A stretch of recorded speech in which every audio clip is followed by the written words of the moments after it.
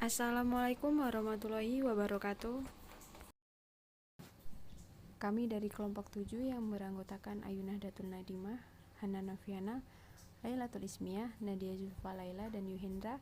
Di sini kami akan mempresentasikan hasil diskusi dari kelompok kami yang berjudul Mengembangkan Kompetensi Konseling Aspek Spiritual dan Keagamaan.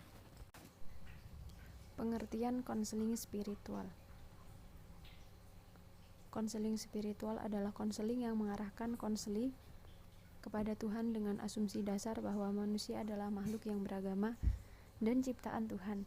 Konseling sendiri berasal dari bahasa Latin consilium yang memiliki arti dengan atau bersama, dapat diartikan menerima atau memahami. Sehingga konseling dapat diartikan sebagai proses pemberian bantuan yang dilakukan oleh seorang tenaga ahli seperti profesional atau konselor yang membutuhkan klien dalam menyelesaikan masalah yang dihadapi dan bermuara atas teratasinya masalah yang dihadapi oleh klien tersebut. Prinsip konseling spiritual. Bagi pribadi muslim yang berpijak pada pondasi tauhid, pastilah seorang pekerja keras. Namun nilai bekerja baginya adalah untuk melaksanakan tugas suci yang telah Allah berikan dan percayakan kepada hambanya. Ini baginya adalah ibadah, sehingga pada pelaksanaannya, bimbingan konseling pribadi muslim tersebut memiliki ketangguhan pribadi, tentunya dengan prinsip-prinsip sebagai berikut.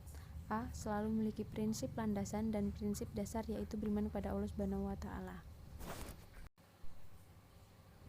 B. Memiliki prinsip kepercayaan, yaitu beriman kepada malaikat. C. Memiliki prinsip kepemimpinan, yaitu beriman kepada nabi dan rasul. D. Memiliki prinsip pembelajaran, yaitu prinsip kepada Al-Quran dan Al-Karim. E. Memiliki prinsip masa depan, yaitu beriman kepada hari kemudian. F. Memiliki prinsip keteraturan, yaitu beriman kepada Allah dan ketentuan Allah. Unsur-unsur konseling spiritual. Unsur-unsur konseling spiritual ada dua unsur penting yang ada dalam konseling spiritual, yaitu konselor dan konseli. Yang pertama, konselor. Konselor atau pembimbing adalah orang yang mempunyai kewenangan atau kompetensi untuk melakukan bimbingan dan konseling Islam. Adapun syarat-syarat untuk menjadi konselor atau pembimbing, yaitu seorang pembimbing harus mempunyai pengetahuan yang cukup luas, baik dari segi teori maupun dari segi praktik. Di dalam segi psikologis, seseorang pembimbing akan bisa mengambil tindakan yang bijaksana.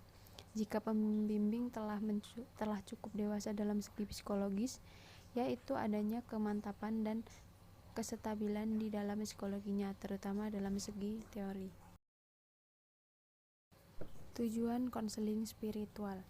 Tujuan konseling spiritual pertama kali dikemukakan oleh David Powell dalam Fiverr, yang mengatakan bahwa dimensi spiritual dalam konseling membutuhkan dedikasi seorang konselor dalam kepedulian peningkatan kapasitas diri akan tujuan dan misi dalam konseling.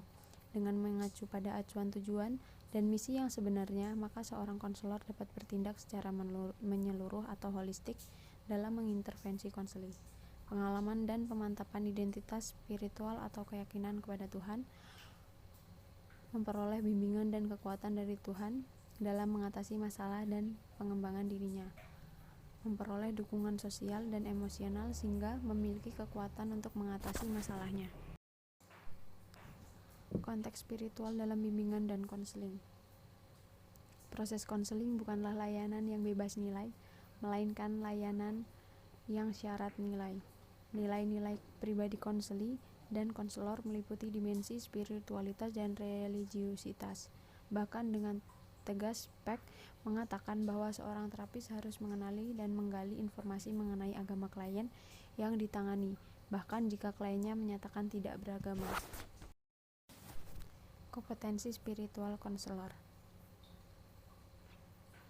Permasalahan mendasar dalam penerapan dan pemanfaatan dimensi spiritualitas dan religiusitas dalam proses konseling adalah kompetensi konselor yang belum memadai, terutama dalam hal 1. Mengenali dan mengelola perbedaan nilai dalam sebuah proses konseling. 2. Melakukan proses konseling yang melibatkan nilai dan isu religiusitas dan spiritualitas. Dan 3. Mengidentifikasi potensi dampak nilai keberagaman konselor terhadap proses konseling. Dukungan agama dan spiritual. Dukungan agama dan spiritual itu sangat penting bagi banyak klien yang membutuhkan layanan kesehatan mental. Menurut Richard dan Virgin, saat ini masalah bagaimana spiritualitas mempengaruhi perilaku klien dipandang relevan dalam proses konseling. Bahkan pendekatan agama dan spiritual dipandang sebagai terapi yang relevan untuk praktik konseling baik di lingkungan sekuler maupun keagamaan. Inilah alasan mengapa dalam beberapa tahun terakhir ini profesi konseling telah mulai membahas peranan spiritual dan agama dalam konseling. Peranan agama dan spiritual dalam konseling serta batasan-batasannya. Pemberian bantuan dan penanganan dengan menggunakan pendekatan agama dan spiritual dalam konseling lebih bersifat perspektif melalui usaha mengatasi masalah dengan menggunakan metodologi dan beberapa pendekatan, dan bukan deskriptif. Di sini dapat kita perhatikan bagaimana pendekatan melalui agama dapat digunakan untuk membantu orang menyelesaikan diri secara efektif dengan lingkungannya. Pengaruh spiritual dan agama merupakan aspek penting bagi kehidupan banyak orang, dan sebagian besar klien mendapat manfaat dari mengeksplorasi pengaruh tersebut selama proses konseling. Kesimpulan: spiritualitas dan religiusitas merupakan bagian integral dari diri individu yang menjadi ciri kemanusiaan dan menjadi indikator kualitas kesehatan mental individu.